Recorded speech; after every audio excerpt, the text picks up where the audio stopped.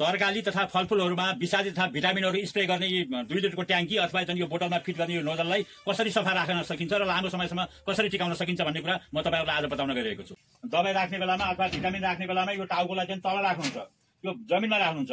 जमिनमा राखेर दबाईहरू यसमा हाल्दै गर्दाखेरि यो चाहिँ तल राखिसकेको टाउकोमा चाहिँ यो पाइपहरुमा के टाँसिसक्छ, यो टाँसिसक्छ अनि यसको चाहिँ दबाई अथवा यो चाहिँ पानी फाल्ने भाग चाहिँ एकदम मसिनो, आँखाले नदेख्ने एकदम मसिनो हुन्छ। यसमा चाहिँ टाँसिएका कणहरू यो पानीसँग मिसिएर यो पानी तान्दै गर्दाखेरि यो नोजलमा आएर अड्किन्छ।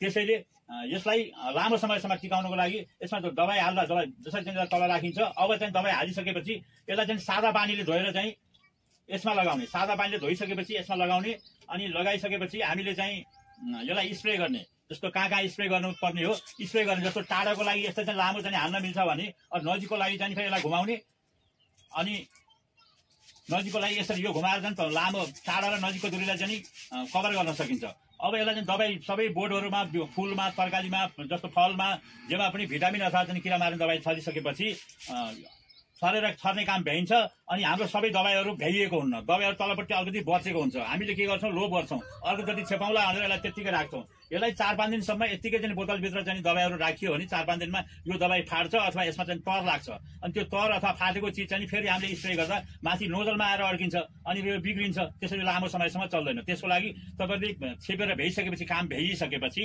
यसलाई चाहिँ खाली गर्ने। बोतलमा रहेको भिटामिन अथवा विषादी त्यही बोटको फेदमा राखेर अथवा अन्त फ्याँकेर यसलाई बोतललाई खाली गरेर राख्ने। अनि अर्को कुरा के छ भन्दा अहिले गर्मीको मौसममा हावाहुरी धेरै चलिरहेको अवस्था हुन्छ। हावाहुरी चलिरहँदाखेरि हामीले बाहिर गार्डनमा कतै राखिरहँदा हावाहरू आएर यसलाई चाहिँ यहाँ धुलोहरू अड्केर जाम भइरहेको अवस्था हुन्छ।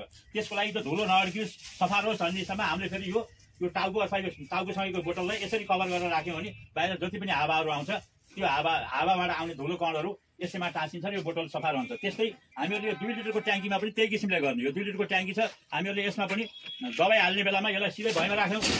भैँमा राखिसकेपछि अनि फेरि यहाँ के टाँसिसक्छ। अब हामीले सिधै छिराउँछौँ, यसो नगर्ने, यसलाई धोएर मात्रै सफा गरेर मात्रै त्यसलाई चाहिँ यसमा फिट गर्ने। फिट गरिसकेपछि फेरि हामीहरूले दबाई छेप्छौँ, भिटामिन छेप्छौँ अनि काम सिद्धिन्छ अनि फेरि यसमा दबाई बच्छ। त्यही किसिमले यसलाई बोतललाई खाली गर्ने र यसलाई पनि त्यही किसिमले प्लास्टिक ओढाएर राख्यो भने हाम्रा यो स्प्रे ट्याङ्कीहरू लामो समयसम्म टिक्छन्। यसलाई फेरि कस्तो छ भन्दाखेरि हामीले यसलाई टाढा र नजिक बनाउन सक्छौँ। टाढाको बोट छ, अग्लो छ, अलि पर छ, पुग्न सकिँदैन। त्यस्तो अवस्थामा यो नोजल घुमाएर टाढा रूपमा यसरी फाल्न सक्छौँ भने, यसलाई फेरि नजिक छ भने यसलाई घुमाएर यहीँनिर चाहिँ यसलाई चाहिँ मिलाउन सक्छौँ। यसो गरियो भने हामीले चाहिँ यो स्प्रे ट्याङ्कीहरूलाई लामो समयसम्म टिकाउन सक्छौँ र बार बार हामीलाई किन्नु पर्दैन र हाम्रो पैसा पनि यसरी बचत हुन्छ।